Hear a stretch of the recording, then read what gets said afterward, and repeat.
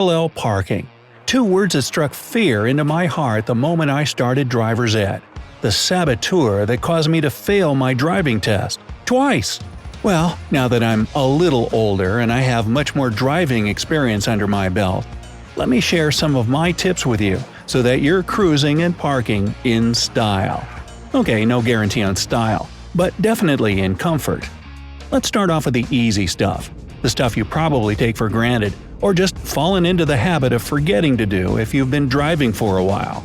Like adjusting your seat. This should be the first thing you do when getting behind the wheel. Making sure your seat is positioned the best way for your body will make driving safer and less exhausting, even on short trips. You want to adjust the height of the seat so that you can see the dash panel and the road clearly. If you happen to be a bit on the shorter side and can't see over the dash even after doing everything the seat will allow, get a cushion or wedge to sit on. As for the seat's incline, keep it at about 100 to 110 degrees. I know it looks super cool when you're leaning way back like a boss, but again, comfort and safety over style, folks. The headrest should be adjusted so that your head is right smack dab in the middle of it.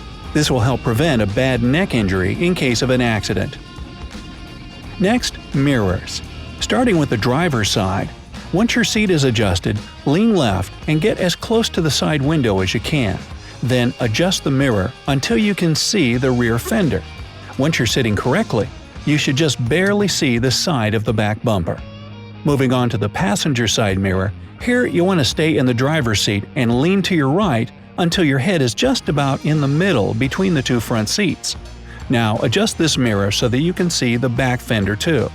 Again, when you move back to a normal driving position, you should just get a glimpse of the side of the rear bumper. Finally, we get to the rear view mirror. I know, it's beginner stuff, but this mirror gets bumped and repositioned all the time. It's always a good idea to take just a second to adjust the rear view mirror and make sure it shows a perfectly centered view of your back window. One last thing before we get to the parking tips. Hand positioning. I can't stress enough how important this is. There's no beverage worth sipping, no text worth texting, or song worth skipping that's more valuable to your safety. Well, maybe Neil Diamond's Porcupine Pie, but that's it. Jokes aside, make sure you can clearly see all the instruments on the dash and have at least a foot of space between it and your body. Your hands should be slightly lower than your shoulders and placed on the wheel at 9 and 3. Oh yeah, the old steering wheel clock analogy? Imagine the wheel like the face of a clock, not the digital kind on your phone, but the old-fashioned analog types. Ask your grandpappy about it. Left hand at 9, right hand at 3, and there you go. You might prefer 8 and 4, and that's okay too. Just remember that the old 10 and 2 position they used to teach is no longer the go-to, because in the event of an accident, the airbag can send your hand shooting right into your face. And what sounds like the most epic facepalm ever is pretty serious. You can break bones. Alright, Brightsiders, on to parking. Cue the horror music. Okay, before we get to the ultimate challenge of parallel parking, let's start with 45-degree parking. You need this trick whenever you pull into a parking lot and the spots are kinda slanted, hence the whole 45-degree thing.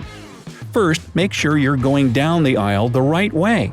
The spots should be slanted down toward you, not away from you. Hey, I've seen people try to park their car after coming in from the wrong direction, and it's an embarrassing struggle to say the least. Next, move to your left as far as you can. Keep moving until your right side view mirror is lined up with the left tail light of the car on your right-hand side. After that, turn the wheel to the right and pull into the spot. You might have to straighten it out a bit, especially if you have a longer vehicle. The next level up from that is perpendicular parking. This is kind of similar, but the parking spots aren't angled. They're your typical straight-line variety. Again, start off by getting as far to the left as you can. Watch out for incoming cars first. The further you are to your left, the easier it's going to be. Align your right side view mirror with the right line of the parking spot. Then cut the wheel to the right and pull in. Turn the steering wheel to the left and straighten the car. If you follow the right mirror with right line trick, You shouldn't have to back up and straighten the car out too much. Next up, backing into a parking space.